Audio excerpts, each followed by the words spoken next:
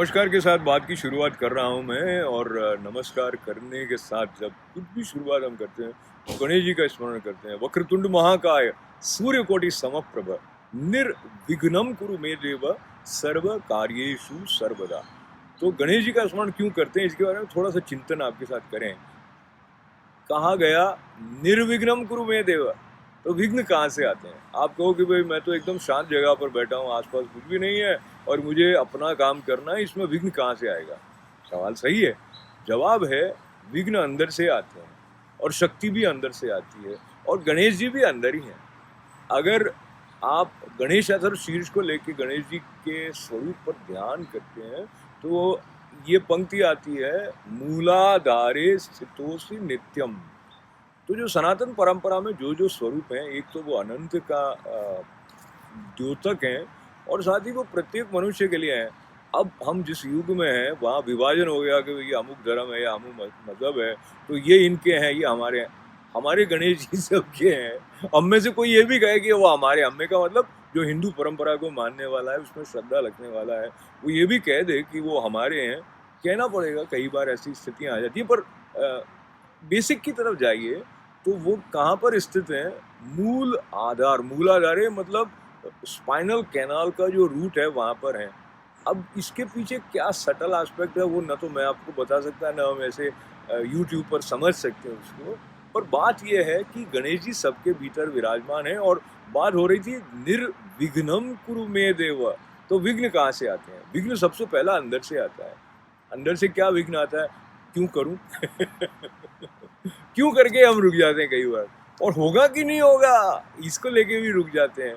और इसका अमुक मनुष्य पर क्या प्रभाव पड़ेगा और मुझे क्या लाभ होगा, ये सारे सवाल आते हैं, घूमते हैं।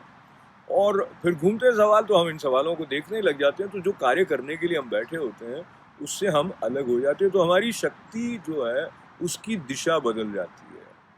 इसलिए जब हम इस तरह से गणपति का स्मरण करते हैं जो मंगलकारी हैं कार्य के प्रारंभ में, अब देखिए जो स्पाइनल कॉर्ड है उसकी जो महिमा है बायोलॉजिकली भी, उसको किस तरह से सनातन वांग्मय या जो हिंदू शास्त्र हैं उनमें उसको ध्यान में रखते हुए जो चक्रों की बात कही है उस तरफ हम अभी नहीं जा रहे हैं। हम अभी सिर्फ इतनी सी बात कर रहे हैं कि आप जो कार्य प्रारंभ करना चाहें उस कार्य को प्रारंभ करते वक्त आपका जो मानसिक वातावरण है वो कैसा हो, वो मंगलमय हो, वो आभा के साथ जुड़ा हुआ हो, वो आपको उत्साह से भरने वाला हो।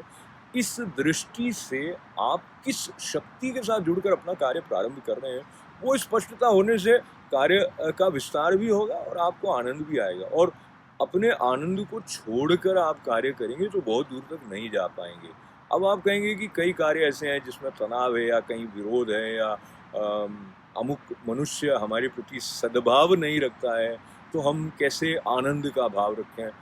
तो आनंद को हम सीमित रूप में न समझकर उसको सुख दुख से परे वाली बात, और संक्षेप में श्रीमद् भगवत गीता में जब अर्जुन को Shri Krishna don't give up वाली बात कह रहे हैं तो वो उसको कहते हैं निर्वैर। निर्वैर का मतलब है कि दूसरे के प्रति शत्रुता नहीं, यानी कल्याण का भाव शत्रु के प्रति भी है।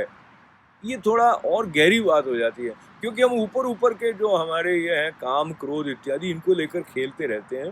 तो विस्तृत भाव जो कि जैसे राम जन्म भूमि का शिला पूजन होते समय सारे मानवता के कल्याण की बात उसमें बीज रूप से निहित है।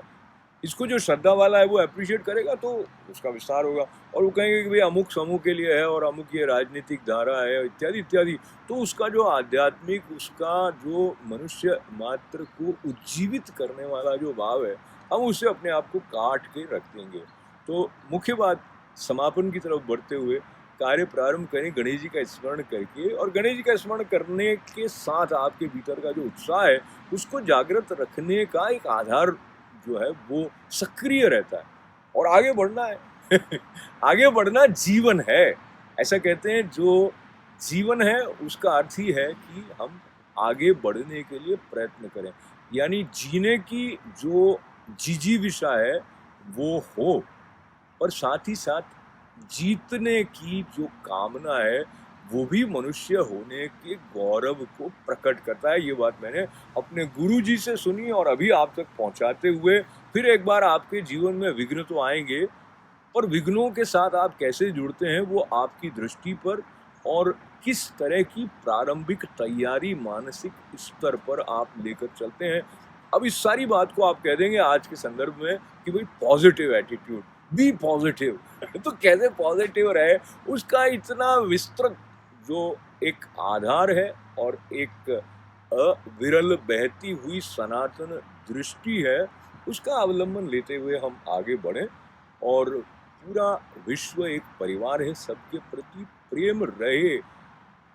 ऐसा न हो रहा हो तो उसको भी पार करना है, उसको भी लांघना है। मेरे दादाजी की ये बात याद करते हुए कि अगर दूसरा नीच है तो हम भी नीच हो जाए तो फिर हम ही ना रहे ना। तो हमें हम यानी सत्य के साथ जुड़ा हुआ और प्रत्येक प्राणी के लिए प्रेम का भाव लेता हुआ बने रहना है। यह भी एक चुनौती है और इस चुनौती को पार करने की दिशा में इस विमर्श में आप मेरे साथ कृपा करके बने, उसके लिए मैं आपका आभार मंगल कामनाओं के साथ कर रहा हूँ।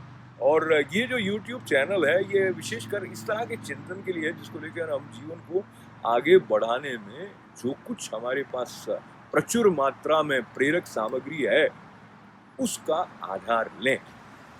तो आप इसको लाइक और शेयर इत्यादि अपने भाव के हिसाब से करें, ऐसा संकेत मात्र करते हुए आपके जीवन में मंगल हो, कल्याण हो और गणपति भगवान की कृपा हम सब पर बनी है, बनी रहे, हम उसके लिए जागरूक रहें, ऐसी प्रार्थना।